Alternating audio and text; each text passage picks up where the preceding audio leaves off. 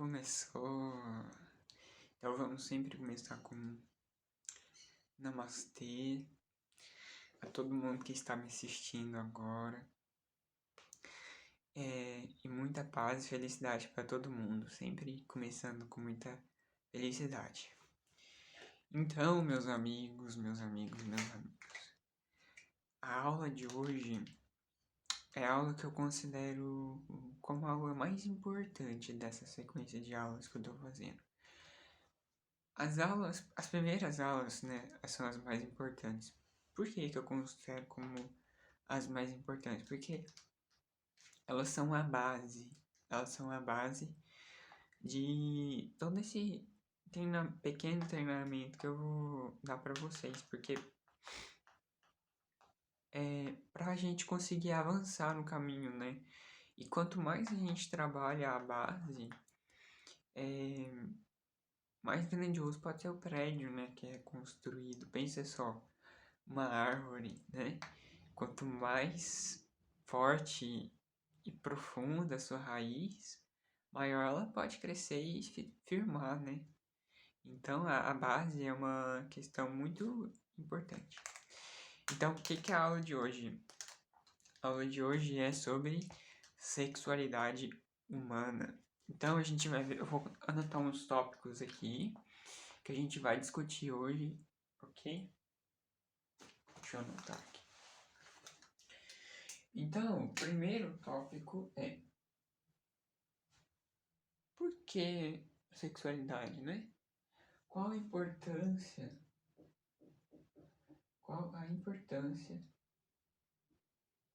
Eu vou resumir tudo aqui, porque esse trem aqui é pequeno. Acho que vocês não vão entender nada também, né? Não tem nada não, eu vou falando pra vocês. Qual a importância da sexualidade? Sexualidade. Por que trabalhar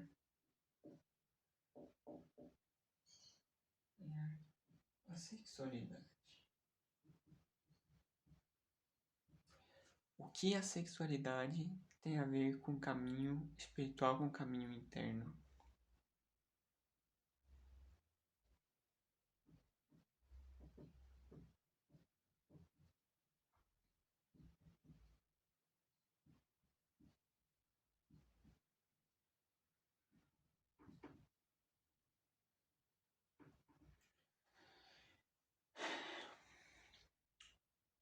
Visão, é como fala, né? Vou colocar assim, visão oriental e visão científica da sexualidade humana.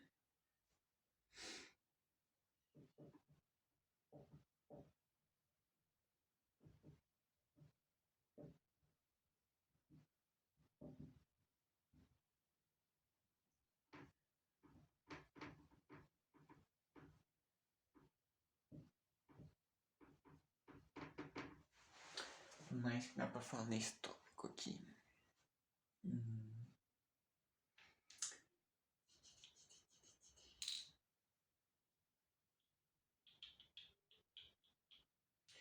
Eu acho que nesse tópico a gente vai arrumar nesses que eu escrevi aqui. Você tá tudo esquisito, né?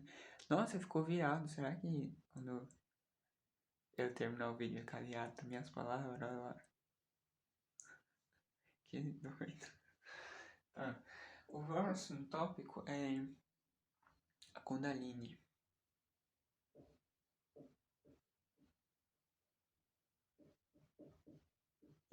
Os dois caminhos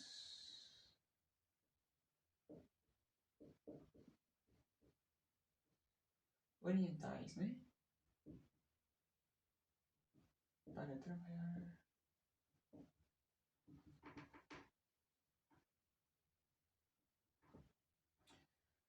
Bem explicada, né? Bem explicada. Tem que entender bem como é que isso aqui funciona. Com base também. Com base na ciência.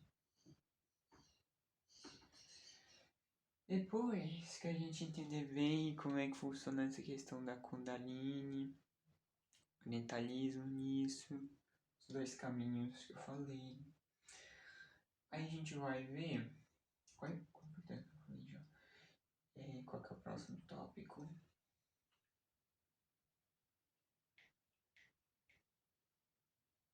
Eu acho que a gente pode colocar aqui como funciona na prática. Deixa eu pensar aqui.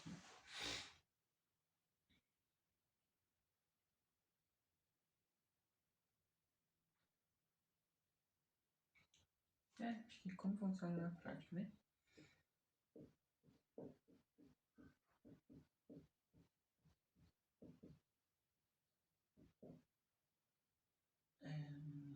Gráficos.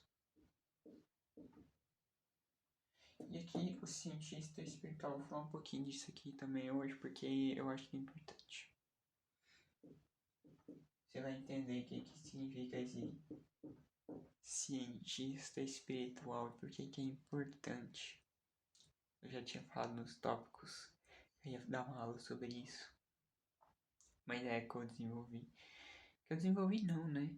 Que a partir dos meus estudos, né? De filosofia oriental e de epistemologia, eu tive essa ideia de desenvolver essa questão do cientista espiritual.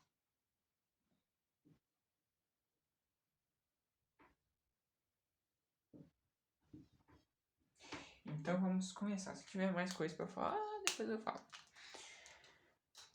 Vamos começar pelo primeiro tópico. Então, qual a importância, né, de trabalhar a sexualidade humana? Qual a importância de falar sobre isso? Primeiro ponto é que todos nós somos seres, assim, né, sexuais, né? Seres, tipo assim, que tá encarnado nesse planeta e que, por exemplo, simplesmente se as pessoas não se reproduzirem, não se relacionarem dessa forma, a espécie acaba. Tipo assim, o ser humano na matéria não gera corpos físicos para as pessoas encarnarem. Então, isso eu acho um ponto importante, né? Segundo ponto importante, não tem como a gente falar de autoconhecimento, conhecermos a nós mesmos, sem passar pela nossa sexualidade. Porque a sexualidade faz parte da gente. E se a gente quer conhecermos, né, profundamente, não tem como, sabe? Isso tá já na jornada de autoconhecimento.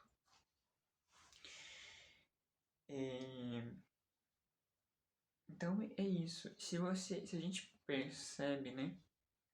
Se a gente for fazer como é que fala?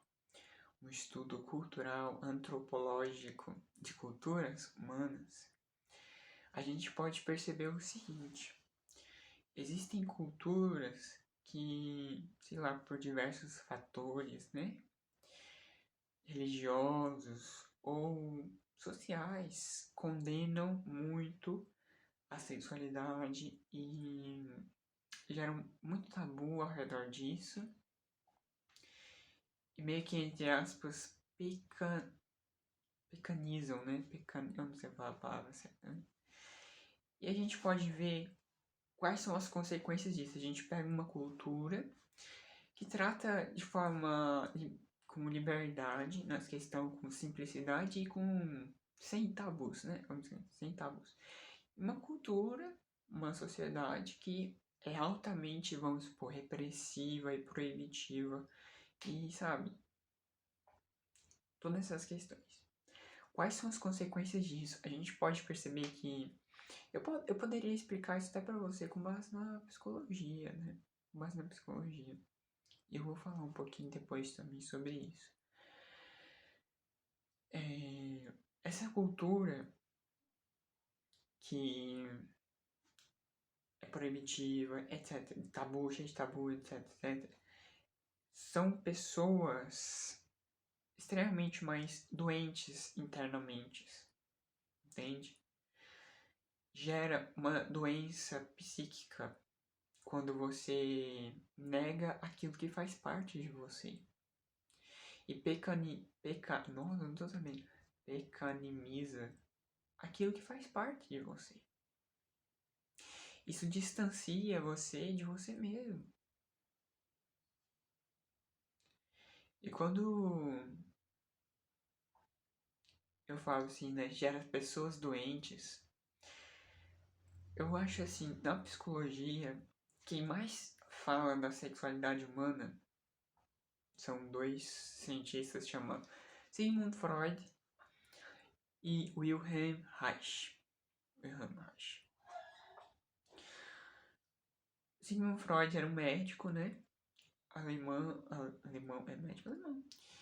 E aí, toda a psicologia praticamente tem em suas bases muita coisa do Freud, muita coisa. E essa questão da repressão humana, né? No Wilhelm Reich, ele vai falar que essa repressão sexual, essa repressão, ela cria couraças na gente, cria, vamos supor, próprias doenças mesmo, psíquicas. Até o corpo da pessoa fica, como é que fala? Sofre consequências disso, fica meio que deformada, a pessoa fica com postura, tipo, não dá pra ficar em pé aqui, né? Mas, tipo assim, não fica certinho, sabe? A pessoa fica, sei lá, meio assim, ó, sabe? Meio retorcida. Eles desenvolveram estudos ao redor disso para mostrar isso, né? E hoje muitas pessoas estudam eles. Na época foi chocante para a sociedade eles falarem sobre isso, porque a sociedade da época era uma sociedade altamente assim, né, de tabu relacionado a isso. Os dois sofreram muitas consequências por falar da sexualidade naquela época, por conta de uma cultura de muito tabu relacionado a isso. E o Freud falava, quanto maior a repressão humana, maior a neurose e maior as doenças internas. E aí a gente pode ter uma série de doenças psicológicas, de psicopatologias. E justamente por você negar aquilo que faz parte de você e você não trabalhar e você começar a vivenciar coisas doentias relacionadas a isso, aí então gera muitas doenças também relacionadas à sexualidade, né? Que eu não preciso nem falar que, né, todo dia passa no jornal sobre isso. Então, eu falei um pouco agora, né, sobre a importância disso. E a gente pode pensar o seguinte,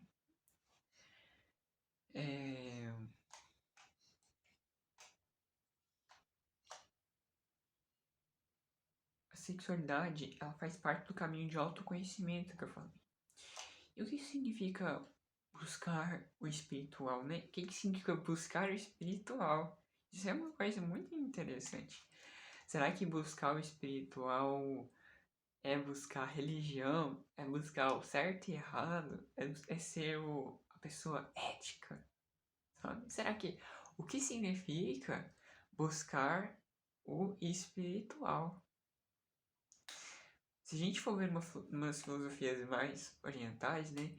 Buscar o espiritual significa buscar a libertação máxima de tudo que te prende, de tudo, sabe? A libertação máxima, o autoconhecimento supremo. Mas quando eu falo autoconhecimento, eu não tô falando de você conhecer eu, João, que estuda psicologia, que estuda esses trem, que, sabe? Não, não é conhecer essa personalidade. Autoconhecimento não se limita a conhecer essa personalidade. Autoconhecimento significa conhecer o funcionamento dos corpos espirituais, como o corpo espiritual funciona. Essa aula eu vou falar um pouco mais para frente nos próximos tópicos, tem muito a ver com isso. Autoconhecimento significa conhecer nossas outras personalidades de vida passada, nossas outras encarnações. Autoconhecimento está muito além de conhecer apenas essa personalidade que a gente tem hoje.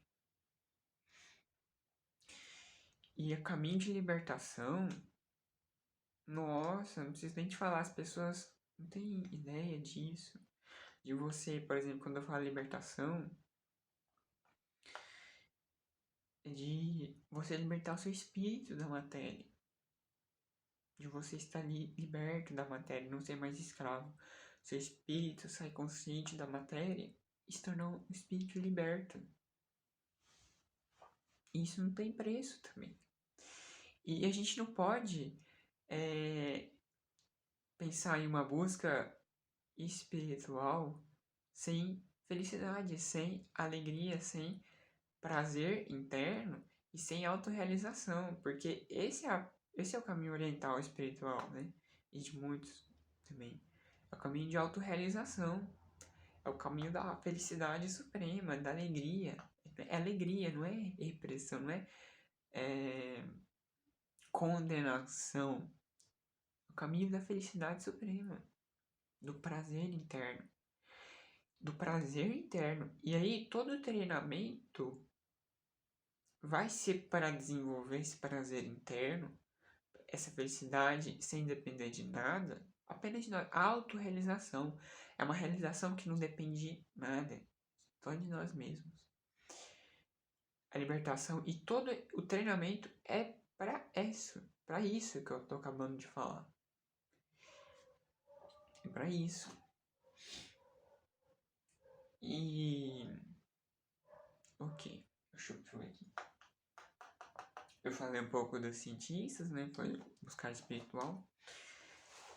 Nossa, eu tô doido pra falar dessa questão, o cientista espiritual, né? Mas deixa eu explicar como é que... Deixa eu ir pro final. Nossa, esse trem é importante demais. Agora, eu vou ter que apagar aqui.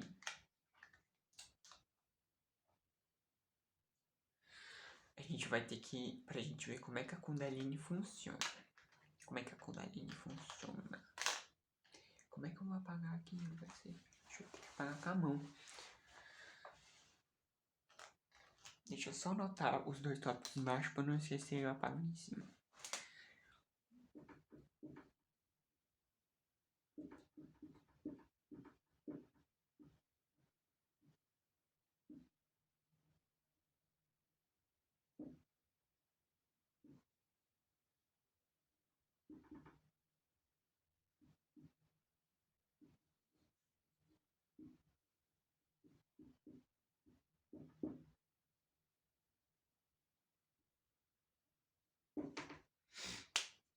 Você vê tanto que é diferente.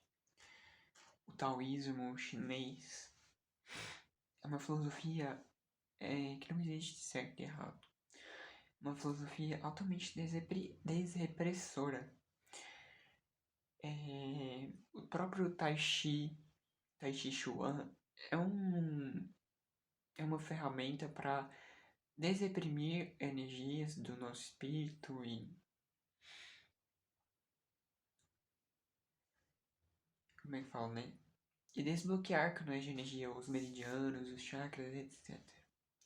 Isso tem uma consequência no nosso estado de consciência, no nosso jeito de ser, no nosso jeito de enxergar, no nosso jeito de viver. Eles não condenam aquilo que faz parte da gente, né? Você vê, os animais, eles andam peladão. Pra isso é normal. E no taoísmo chinês, o taoísta, assim, taoísta roots, anda peladão também. Tipo assim, não anda peladão sempre, né? Mas pra ele isso não é ele não condena isso, tipo, ele não enxerga isso de uma forma ruim, sabe? Ele não se sente mal sendo assim também. E se a gente olhar a nossa sociedade, se você andar pelado na rua, você é visto como um terrorista, é um crime de atentado ao pudor. Atentado, tá vendo? Terrorista. Tá andando na rua. Vou apagar aqui.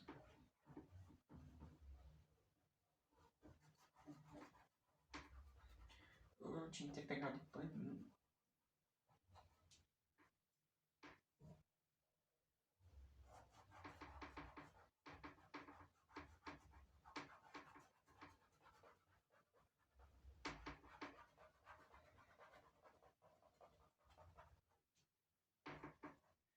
Quanto mais essa Kundalini for trabalhada, quanto mais o nosso corpo físico, né, como eu falei na aula passada, alimentação, né, atividade corporal, mas eu considero essa Kundalini a mais importante. Quanto mais ela estiver trabalhada, bem trabalhada, mais profundos são os exercícios que eu vou ensinar na próxima aula. Você pode ficar uma vida inteira praticando aqueles exercícios que você não vai conseguir avançar. Quanto mais essa questão tiver trabalhada, mais profundo será a sua prática e mais coisas você vai despertar dentro de você. Bem,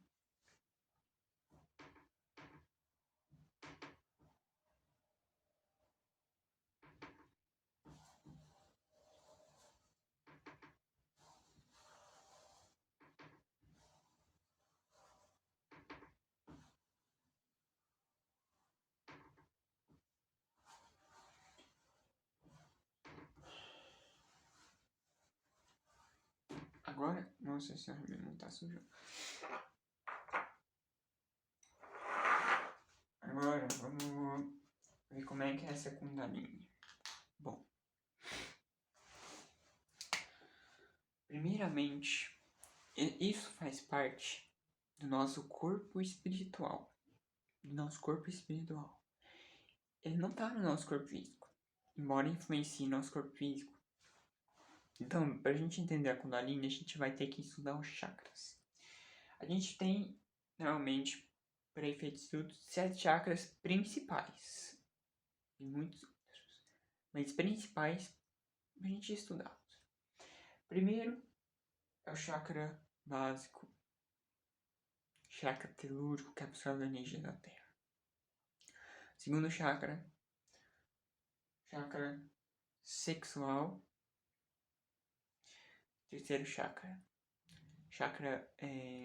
plexo solar, que cuida de toda a atividade, estômago, etc.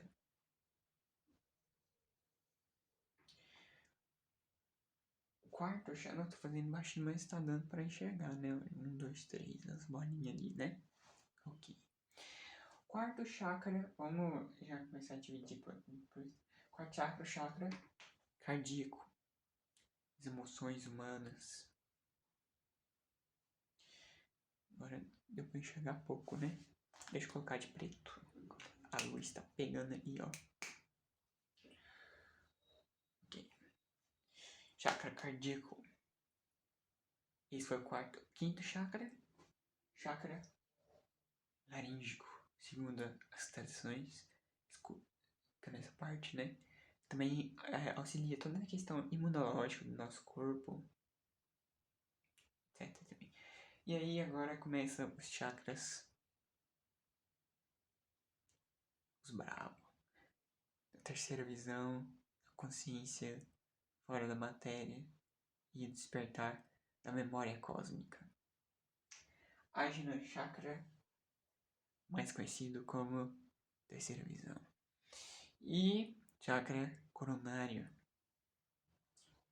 chakra de 1000 pétalas, responsável por despertar a nossa memória. Então, vamos lá. O que é a Kundalini? Vamos só dividir, eu vou dividir ele em 3 partes. É só pra gente estudar, eu vou explicar por que disso depois. O que é a Kundalini? Esses chakras, eles estão unidos por um canal de energia ao redor da nossa coluna, chamado Nadis. A gente pode enxergar eles assim, ó, como se estivesse serpenteando. Esse canal de energia é como se estivesse serpenteando os chakras. E existem 2 canais de energia, que é conhecido nas tradições indianas, chamado Ida e Pingala. Eles unem os chakras. É como se eles tivessem a nossa coluna, né? E os chakras vêm para fora, trocando energia com o meio.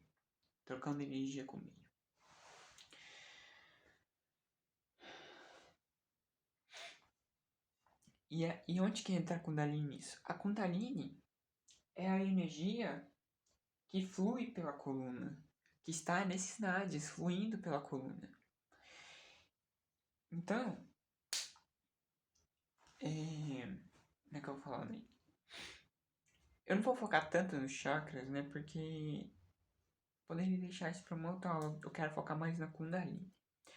Como trabalhar a importância da Kundalini, ok? Depois, se vocês quiserem, eu faço uma outra aula falando sobre os chakras, para não se estender muito.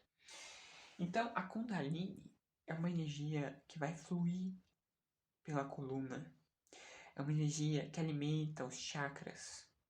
É uma energia que alimenta a mente, que nutre a mente. É uma energia que traz vida, que traz vitalidade, que, como é que fala? Que renova o ser, traz vida, traz essa, sabe? E aí, eu vou começar falando do Sigmund Freud também. Por quê, né? Porque, por exemplo, essas coisas que eu falo no final, cientista espiritual, não é porque é espiritual que a gente não pode tentar provar na prática pra gente mesmo. E como é uma coisa assim tão que existe mesmo, que mesmo o Sigmund Freud, que não tinha nada a ver com o espiritualismo e que não sabia nada de orientalismo, conseguiu perceber as consequências, quer dizer, consequências visíveis da Kundalini agindo em nós. O que ele falou? Quando a gente encarna, essa Kundalini, ela vai fazer parte do nosso desenvolvimento humano. Nosso desenvolvimento humano. É ligado, e como eu falei, né, a gente não pode pensar em algo espiritual sem prazer, sem autorrealização, sem felicidade interna. Vocês vão entender um pouco por isso também. O que o Freud falou? Quando uma criança nasce, a sua libido sexual, seu prazer sexual, fica localizado na boca. É como se a criança sentisse prazer sexual em pegar coisas, colocar na boca, sabe? Você pode perceber, tudo criança, a criancinha mesmo, que tem pouquinhos anos que nasceu, 1 ano por aí, né? Tudo ela coloca na boca, ela conhece o mundo através da boca. E com a jogada da natureza, né? Você ligar o prazer a algo a se alimentar por conta de uma sobrevivência mesmo. Já pensou, tipo, se a criança que acabou de nascer achasse o leite da mãe ruim, morria, né? Morria. Então, isso é meio que um esquema da natureza também, né? E Freud vai falar que quando essa criança vai passando, vai crescendo, essa libido sexual vai e se desloca para a fase anal. Então, a libido sexual fica deslocado para esse centro. E a gente pode ver quando essa criança faz um cocô para ela, nossa senhora, que cocô maravilhoso é o cocô dela para ela. Se você pega o cocô dela e amassa, nossa, ela entra em pânico. Então, a gente pode perceber isso na prática, né? Observando, através de observações, como Freud fez. Ele vai falar que depois essa energia na libido sexual ela se desloca para a fase genital, para os órgãos genitais. E aí depois o Freud vai falar que tem um período de latência e depois a fase fálica, né? Que seria o outro, né? Eu não vou entrar tanto nessas outras questões, eu vou parar na fase genital. Vocês vão entender por que depois. Então, na fase genital, o prazer, né? A libido sexual fica deslocado para a zona erógena nos genitais nossos. E a gente vê uma criança que está nessa nessa fase de desenvolvimento humano, ela fica tocando seus órgãos genitais, manuseando e etc. E tem muitos pais que, briga com a criança, né? E essa questão de você bloquear essa busca causa repressão que traz as doenças, psicopatologias humanas também, traumas humanos e muitas outras coisas.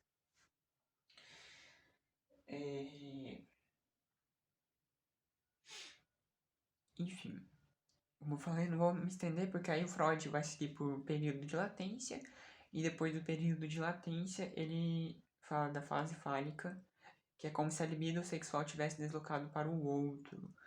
Porém, eu não vou me estender por aí. Eu vou, como eu falei, eu vou ficar só na fase genital para explicar melhor a Kundalini.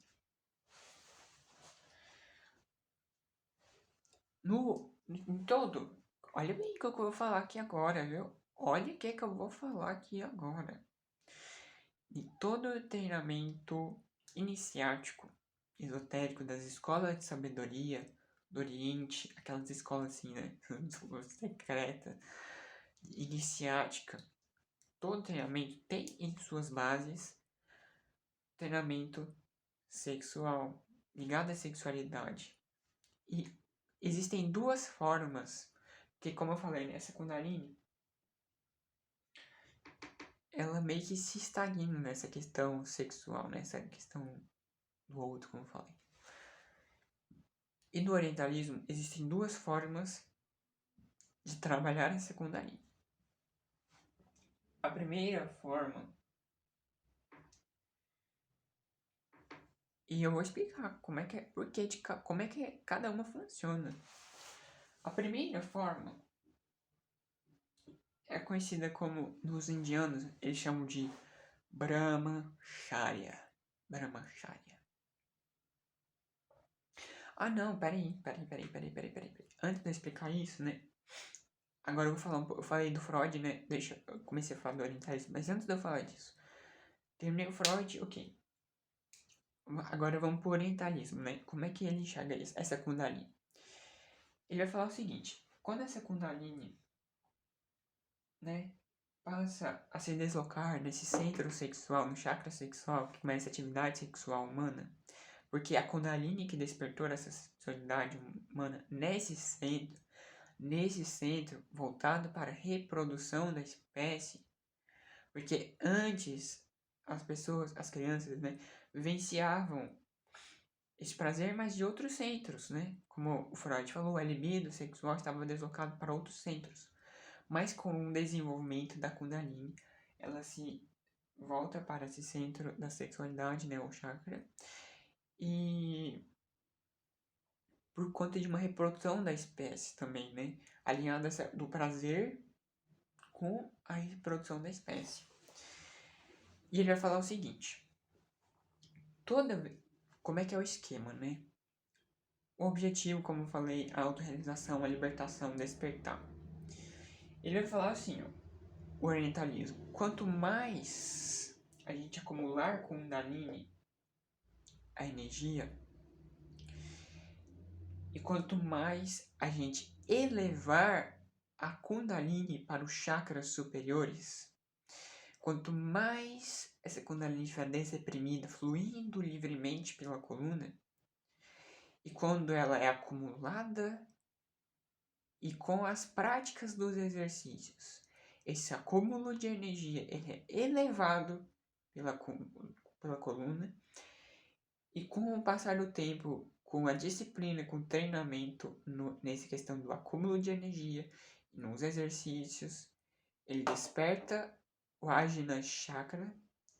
Então, quando essa a Kundalini despertar o Ajna Chakra, então essa pessoa vai começar a se tornar vidente, vai começar a ver espírito, vai começar a ficar consciente fora do corpo físico. E futuramente, né, quando ela desperta o último chakra, é o chakra ligado à memória cósmica, como eu falei. Mas pra gente entender como fazer isso, a gente precisa entender como que essa Kundalini funciona, né? A gente precisa entender como é que ela funciona pra gente acumular ela, né? Porque senão, o que vai adiantar, né? Então, os orientais, eles dizem o seguinte. Primeira coisa, o prazer, ele não vem dessa questão da reprodução, do sexo, digamos, né? Ele vem da própria Kundalini. Você vê, a criança, ela não sabia nada sobre sexo, não tinha nenhuma noção, nem pensava nisso, mas ela vivia o prazer. ela viu o prazer através de outros centros da sexualidade humana que a Kundalini despertou. Então, a pessoa começa a buscar essa questão do sexo quando a Kundalini desperta essa questão da sexualidade por conta de uma reprodução da espécie. E aí você vivencia o prazer que a Kundalini fornece através dessa questão do sexo. E ele vai falar o seguinte: toda vez que um homem ou uma mulher ejacula, tem um orgasmo, etc., ele perde essa Kundalini. Parte dessa Kundalini vai embora. Essa é a teoria. E a gente pode perceber isso claramente. Depois de uma prática sexual, de uma vivência sexual, as pessoas elas ficam até emocionalmente, vamos supor assim, abaladas, né? Tristes até. Depois do ato sexual, as pessoas se definham, né? Emocionalmente e fisicamente também. E como eu falei, né? Você perder energia e ejacular, ter esse orgasmo no sentido assim de perder energia, perde a Kundalini também. Perde a Kundalini. A Kundalini, ela é perdida. Isso tem que estar claro, isso é importante compreender. Pra gente compreender como os orientais vão trabalhar a sexualidade humana. A gente tem que entender como eles enxergam isso.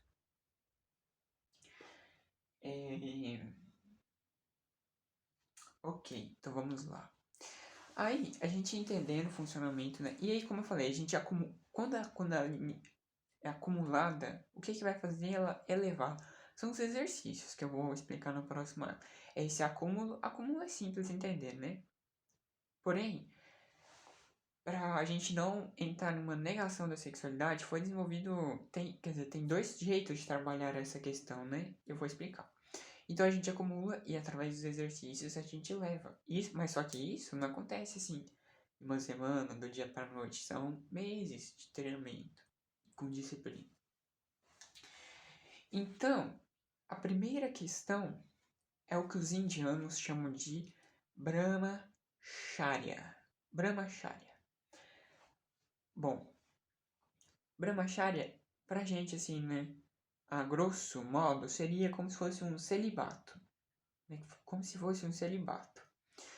Porém, é extremamente importante a gente entender que para os orientais, esse celibato que a gente conhece, para eles, a forma como eles trabalham isso não é um sinônimo de repressão, não é um sinônimo de proibição de pecado. Não é.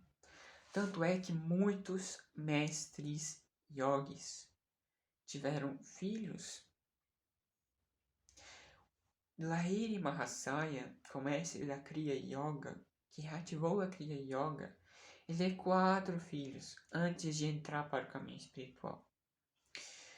O mestre do Yogananda, Paramahansa Yogananda, o Sri Yukteswar, ele teve filhos também. Então, para os monges, né, para os caminhantes espirituais que estão nesse caminho, o Brahmacharya, ele não é uma negação do prazer sexual. O que eles vão falar? Eu acumulando energia, desativando esse centro de reprodução humana, acumulando energia, e com as práticas dos exercícios, forçando essa Kundalini a se elevar, essa Kundalini ela vai despertar outros centros e ele passa a vivenciar esse prazer sexual em outros centros. Ele não deixa de vivenciar o prazer sexual como a criança que vivenciava através da boca, vivenciava em outros centros. Então ele força a Kundalini continuar seu desenvolvimento pela coluna. E ele passa então a vivenciar esse prazer de outras formas. O Brahmacharya, esse celibato oriental, ele às vezes é complicado por ocidental entender, né? Porque para os orientais isso não é repressão. Para os orientais, esse celibato, esse Brahmacharya, é uma ferramenta de despertar interno.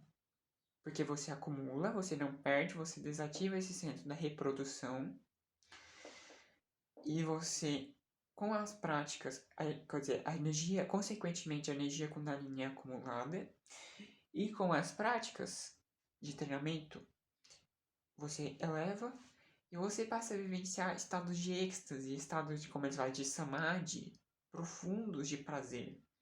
Só que é outras formas de vivenciar o prazer. Essa é a primeira forma. E a segunda forma, e tô assim, eu tô falando, né? Falei lá no começo. Todas as escolas iniciáticas do Oriente têm em sua base esse trabalho sexual, ligado à sexualidade. Seja dessa forma do Brahmacharya, desse celibato que eu acabei de falar, de outra forma que eu vou explicar agora. Porque percebe, como eu falei, não tem. Se você não trabalha isso, você não avança.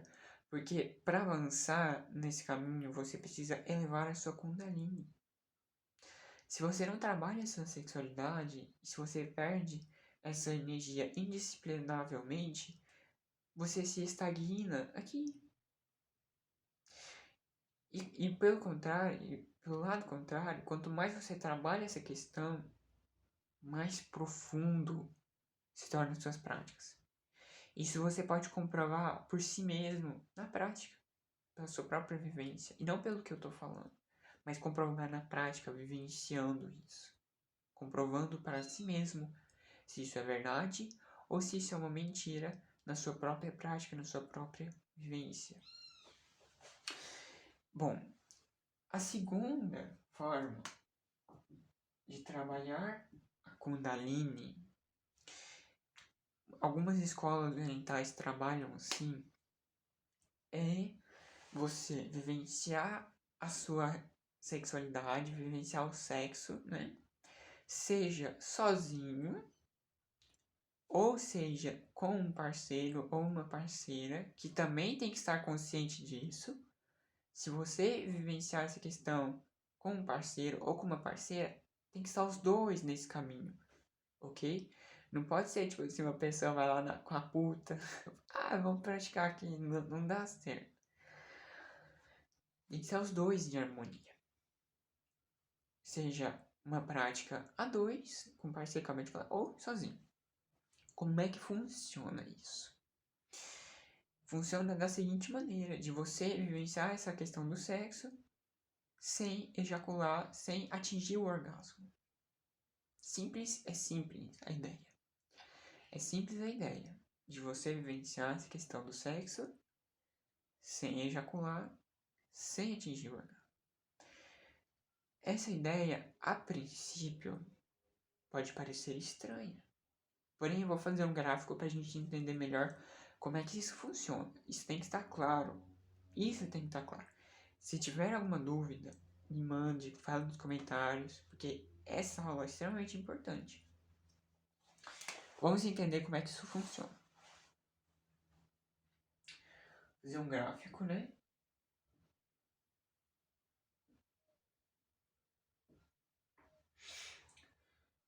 Tá dando pra ver? Isso, tá.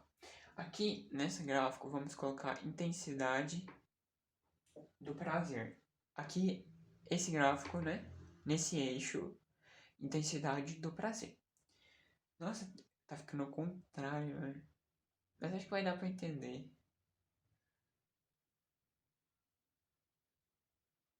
Acho que vai dar pra entender. Aqui vamos colocar tempo. Tempo. E aqui a gente pode pensar também em uma escala negativa do prazer.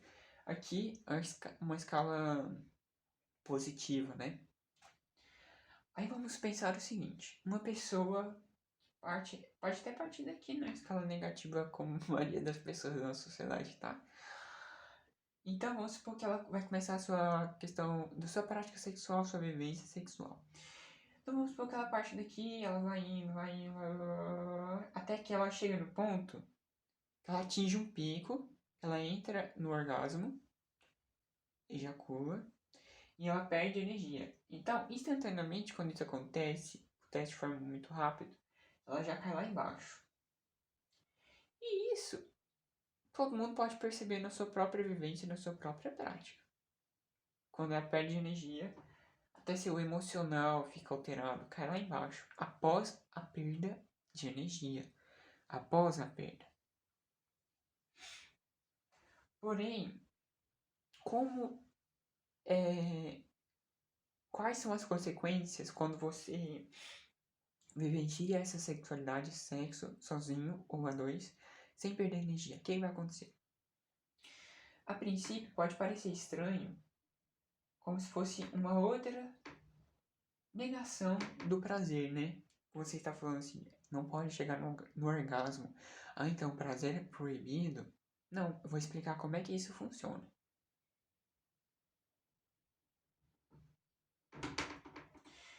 Quando uma pessoa vai para suas práticas sexuais sem atingir o orgasmo, sem ejacular, o que acontece? Vamos supor que ela está começando hoje. Então ela parte daqui, certo? Então ela vai. Aí ela não vai atingir, então ela desce, cai um pouquinho, vai, cai um pouquinho. Ela sempre vai fazer a sua prática sem perder, sem ejacular. Então, e ela vai e encerra. Percebe que no começo ela não atingiu aquela mesma escala que veio aqui de prazer. Ok? Perceba como é que foi essa vivência dela e como é que tinha sido a outra que tinha ido lá em cima. Porém, ela não perdeu Kundalini. Se ela não perdeu a Kundalini, essa Kundalini vai continuar nela. E esse acúmulo de Kundalini vai ter consequências positivas. Quanto mais ela tá com a Kundalini acumulada, mais intensamente essa Kundalini vai vibrar e maior o nível de prazer que ela vai conseguir. Então, com o tempo, o que vai acontecer? Vai acontecer isso aqui, ó. A escala de prazer dela vai aumentando sem ela ejacular. Então, ó, com o passar do tempo, vai acontecendo isso, ó. É com treinamento, ó. Aí vai lá em cima, desce, vai lá em cima. Na prática, vai lá sem ejacular, sem entrar no orgasmo. E essa elevação natural do prazer acontece por conta do acúmulo de Kundalini. E não perda de energia e de vivência. Tem que ter paciência com isso. É a vivência, é o treinamento, é a prática, a persistência, a disciplina para realmente viver isso. E aí, com o passar do tempo, ó, só vai aumentando. Só vai aumentando. E vai. Até que essa Kundalini, naturalmente, mesmo para aqueles que vivenciam isso, naturalmente, a Kundalini vai elevar-se. E lá na frente a pessoa vai se tornar Brahmacharya naturalmente, sem esforço nenhum. Por conta da elevação da Kundalini. Então, entendido? É você vivenciar essa questão sem perder energia. É simples. A princípio, pode parecer como que isso é possível, né? Parece uma coisa assim muito fora da realidade. Mas é sempre com a prática, né? Com a prática. E também essas escolas orientais que vivenciam isso, eles não vivenciam somente isso. Existem muitos outros exercícios que eles fazem para facilitar isso, que são os exercícios que eu vou ensinar depois também nas próximas aulas. É toda uma vivência, entende? Então, eu coloquei os gráficos aqui. Isso tem que estar muito claro. Essa aula é muito importante para as próximas aulas. Essa questão da Kundalini, de entender como é que ela funciona, é a base. É a base. Essa questão da sexualidade é a base. A questão da alimentação é a base. E quanto maior a base está trabalhada, como foi da árvore, né? Mais profunda a árvore, mais a árvore pode crescer.